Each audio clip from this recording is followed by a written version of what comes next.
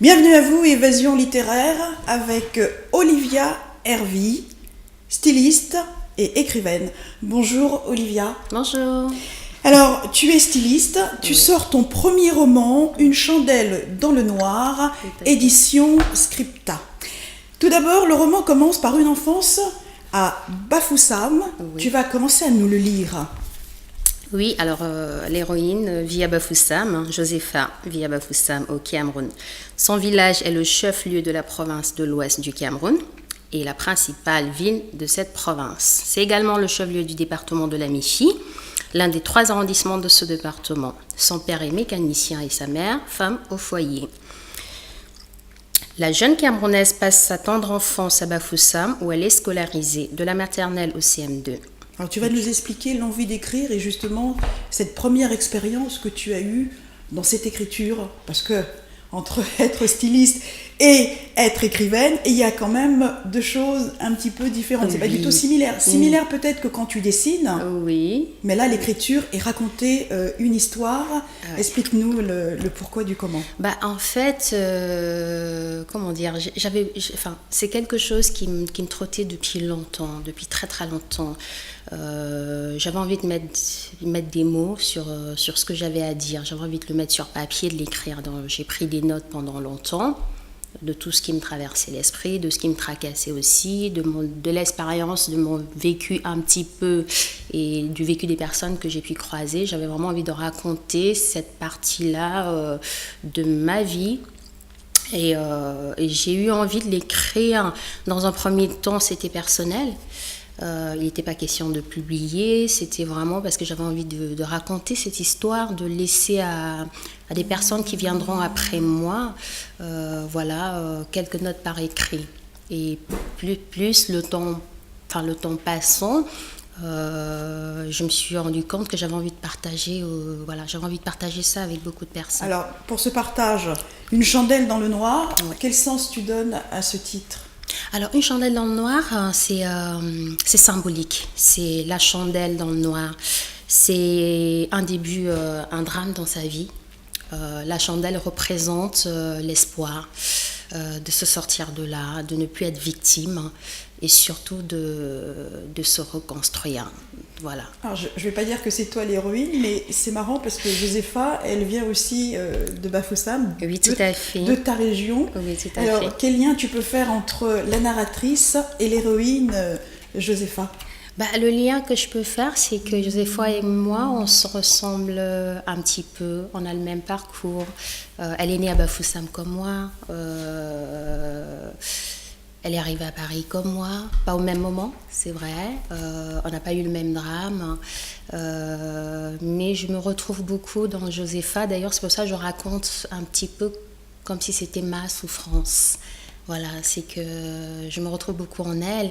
Et cette capacité qu'elle a de se sortir des drames, elle est maladroite, elle n'a pas le mode d'emploi de la vie, tout simplement, et un peu comme moi, quoi. Tu racontes aussi ce qu'elle a vécu, puisque tu viens de dire effectivement que tu n'as pas vécu la même chose, mais écrire sur les pratiques de l'excision, le viol, l'exil, le repassage des seins, c'était important pour toi de remettre en surface toutes ces traditions qui perdurent encore dans l'Afrique et en Afrique. Oui, c'était très important pour moi parce que quand on arrive en Occident, on se rend compte que c'est un monde à part.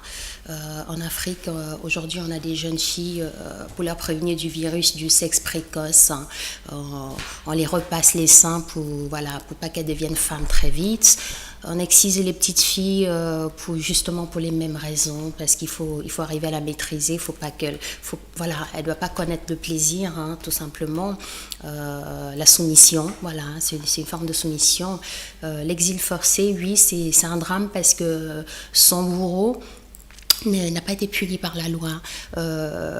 En fait, elle a été forcée de partir de chez elle pour éviter d'avoir à subir. C'était comme une double peine. On lui a fait du mal, mais c'est à elle de partir. Pourquoi ?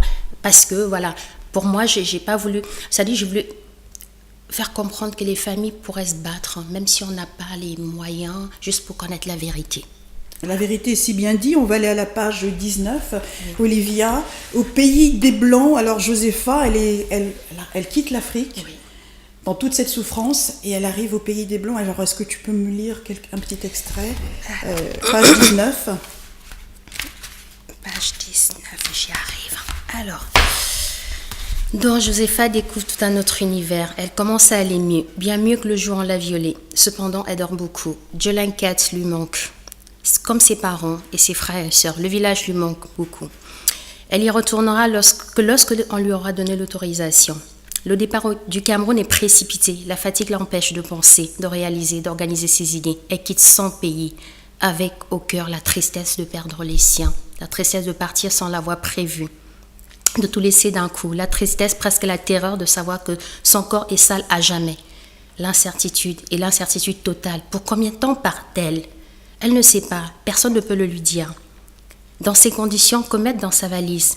Que peut-on emporter ? Quelque chose d'Afrique dans cet inquiétant ailleurs inconnu. Voilà, donc qu'est-ce qu'elle ramène ? Qu'est-ce qu'elle ramène dans ce pays de blancs ?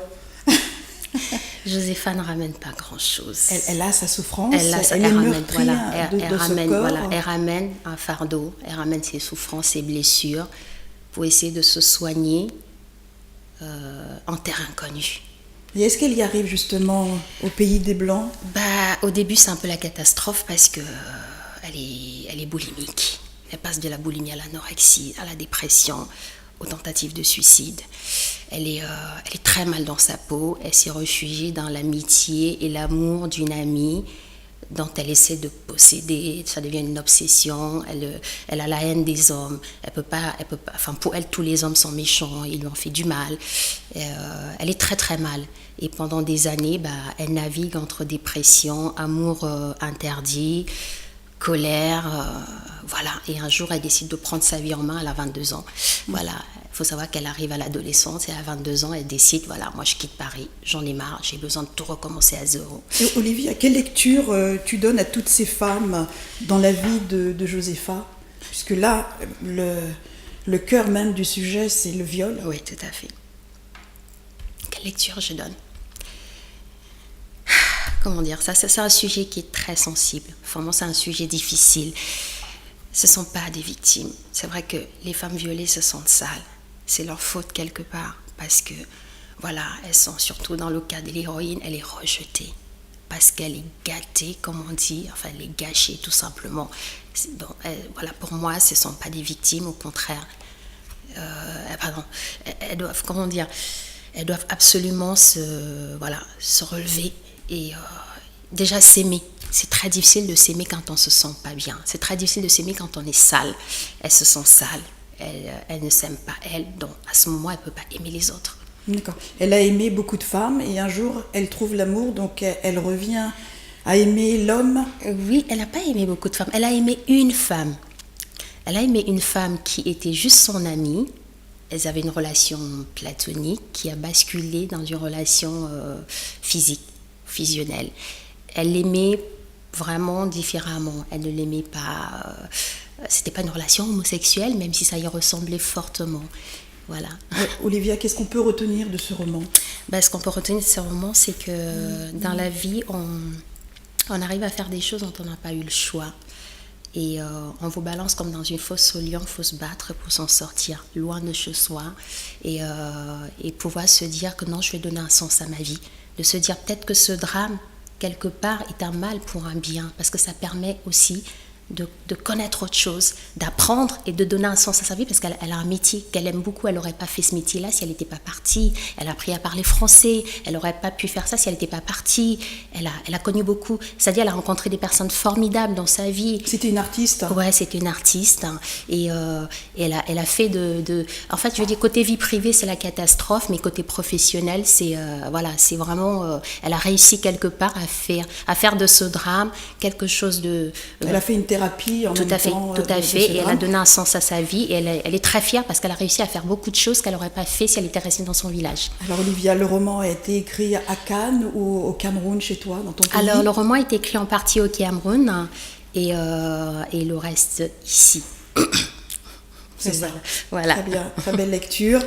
Olivia Hervy, merci d'être venue sur le plateau d'OM5 TV. Je rappelle le titre, Une chandelle dans le noir, édition Scripta. Et merci. À très bientôt, Merci Olivia. beaucoup. Merci.